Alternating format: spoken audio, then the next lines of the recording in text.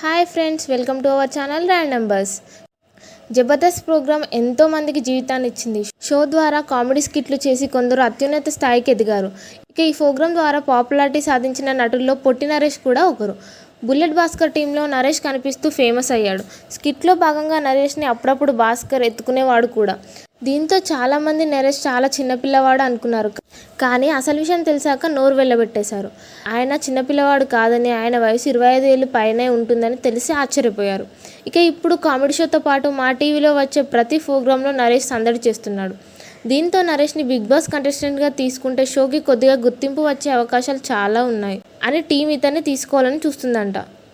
Already interview complete అయ్యి house entry కోసం రెడీగా ఉన్నాడు అంట పొట్టి నరేష్. మొత్తానికి 10 ఏళ్ల పిల్లాడిగా కనిపించే నరేష్ హౌస్లో పంచులు వేస్తూ ప్రేక్షకుల్ని ఆకట్టుకుంటాడో లేదో చూడాల్సిందే. ఇలాంటి మరిన్ని అప్డేట్ కోసం మా ఛానల్ని సబ్స్క్రైబ్ చేసుకోండి. Thank you for watching.